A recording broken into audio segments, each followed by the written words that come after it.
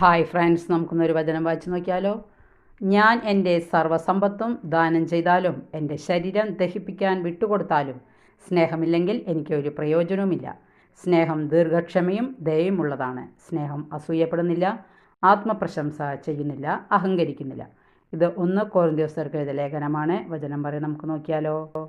ഞാൻ ശിശുവായിരുന്നപ്പോൾ ശിശുവിനെ പോലെ സംസാരിച്ചു, ശിശുവിനെ പോലെ ചിന്തിച്ചു, ശിശുവിനെ പോലെ യുക്തിവിചാരം നടത്തി. എന്നാൽ പ്രായപൂർത്തി വന്നപ്പോൾ ശിശുസഹജമായ ഞാൻ കൈവെടിഞ്ഞു. ഇപ്പോൾ നമ്മൾ കണ്ണാടിയിലൂടെ അവ്യക്തമായി കാണുന്നു, അപ്പോഴാകട്ടെ മുഖാഭിമുഖം ദർശിക്കും. ഇപ്പോൾ ഞാൻ ഭാഗികമായി അറിയുന്നു, അപ്പോഴാകട്ടെ ദൈവം എന്നെ പൂർണ്ണമായി അറിയുന്നത് പോലെ ഞാനും പൂർണ്ണമായി അറിയും.